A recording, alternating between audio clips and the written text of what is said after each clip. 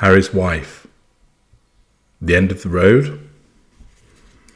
Hello, I'm H.G. Tudor. A number of months ago, I told you that the downward spiral had begun for Harry and Harry's wife. I explained why that was.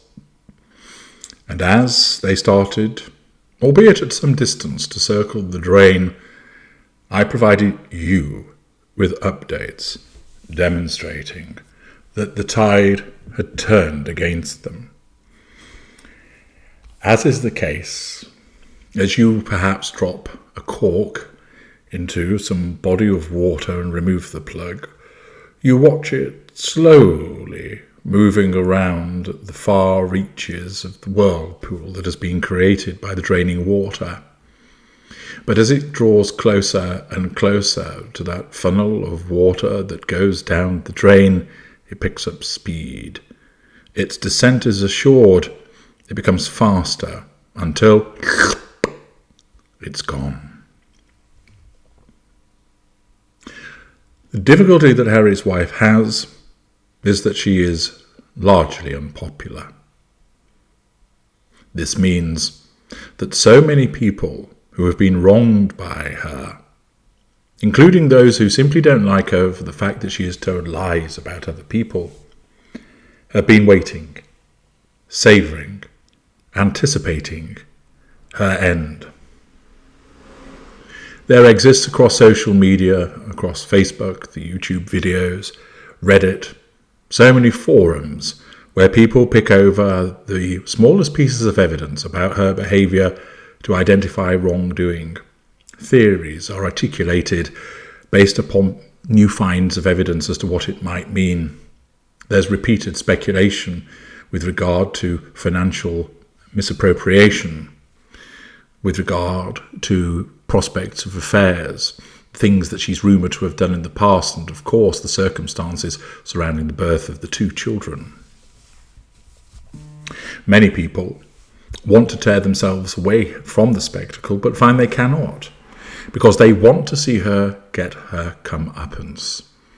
This isn't born out of malice, but a simple sense of justice that people have. They believe that she has behaved unjustly, and that she should receive her just deserts. And as she circled, as the downward spiral picked up pace, the problem becomes that there is a ready audience who are baying for her blood, metaphorically, who want to see her fail. And then, as brands start to become nervous about being involved with her, that the chickens of authenticity come home to roost, as the collateral consequences start to pile up, and ever more desperate to fight these nullifications, or to fight these threats to control by nullifying them, Harry's wife engages in more and more brazen and desperate behaviour for which she becomes all the more ridiculed. And thus now it engenders the speculation that this is the end for Harry's wife. Damien Riley in The Spectator states, "Has there ever been a more brutally effective piece of social satire than the South Park episode that mocked Harry and Harry's wife? Since it aired in mid-February, the Duchess of Sussex, previously a seemingly ubiquitous and unstoppable cultural phenomenon, has effectively withdrawn from public life, assertion of control by withdrawal. She's made just one formal appearance at an award show which ended in the farce of disputed paparazzi car chase claims, see parts passim, and has given precisely no interviews. The couple's media empire also seems to be imploding. Spotify has axed their $20 million podcast deal with senior executive Bill Simmons and gallantly labelling the pair fucking grifters. There are reports, too, that Netflix has grown tired of the couple and may not be renewing the $100 million deal they signed in 2020. The feeling is the lemon has been fully squeezed, The Sun reports, an anonymous insider is saying. Riley writes, "I remember at the time it was aired, Thinking the South Park episode, with its perfectly executed send-up of the worldwide privacy tour the pair seemed to be embarked upon, would take some getting over, particularly in a place like California, where they now live and where image is all.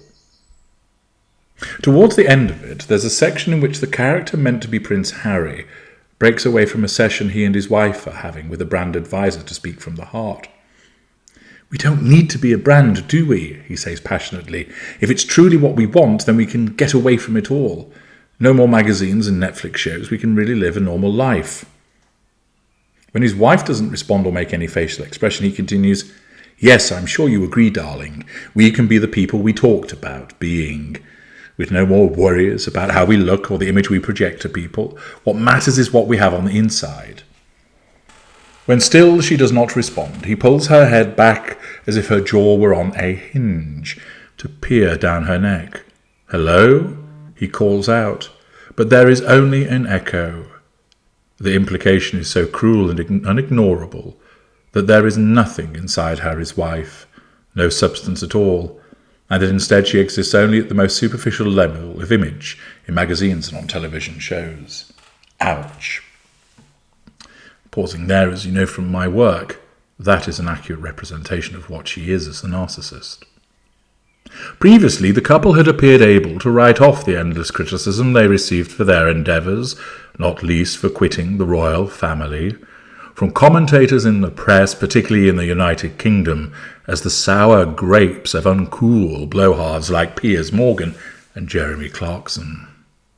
Now, suddenly, they had been mercilessly savaged by the coolest kids in Tinseltown, widely adored South Park creators Trey Parker and Matt Stone. Did the phone then stop ringing? You decide. Back in 2021, shortly after they'd arrived to begin their new lives stateside, the couple, thanks one suspects to the glamour conferred by their royal victim status, were feted by the highest echelons of American society. Who could forget, for example, the text message Harry's wife received from megastar Beyoncé the day after her Oprah Winfrey interview had aired, received as chance would have it, while she was being filmed for her Netflix documentary.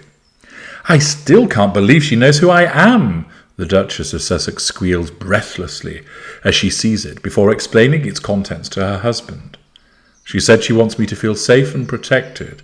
She admires and respects my bravery and vulnerability, and she thinks I was selected to break generational curses that need to be healed." "Well put," Harry replies admiringly.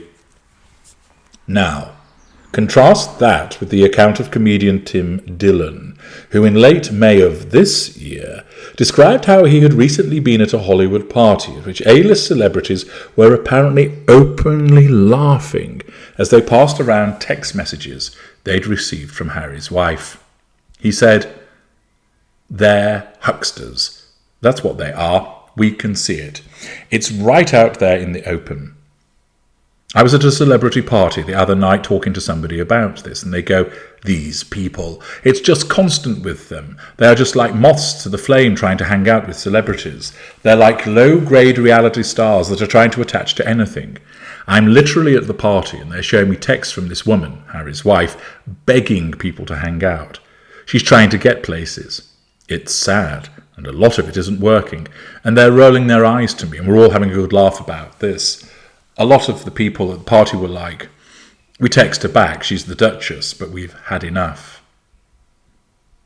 "It's hard," writes Riley, "not to feel a little sympathy for Harry's wife, not least because it feels like the end of the road for her, reputationally. First, she enraged large sections of the public in the United Kingdom with her antics, but then she left, seemingly for the promise of being better understood, and therefore more free in America. But history seems to be repeating itself.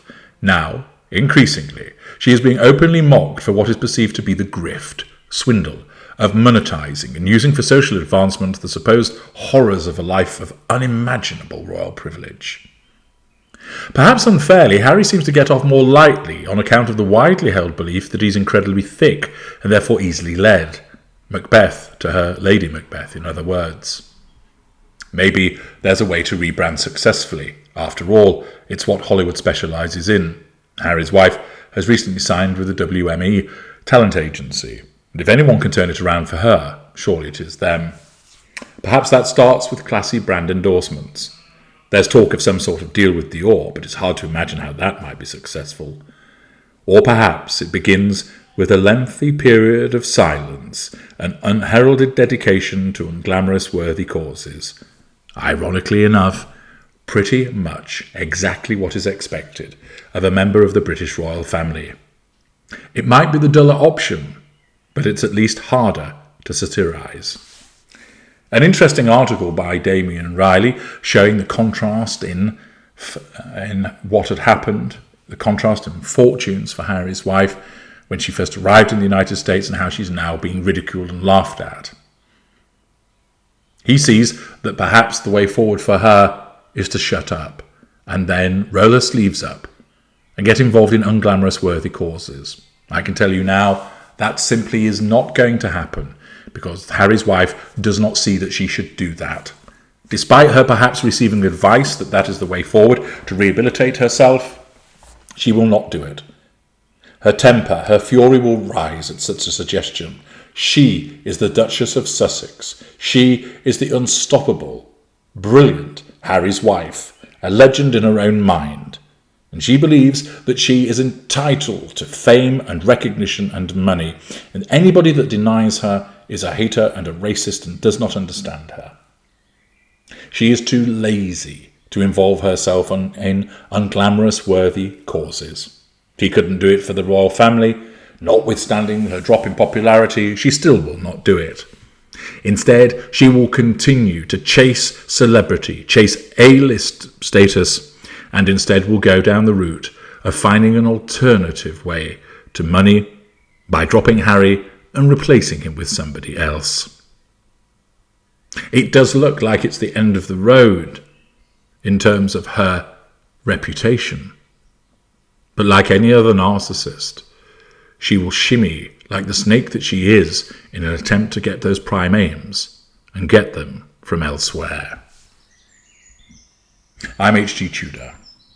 Thank you for listening.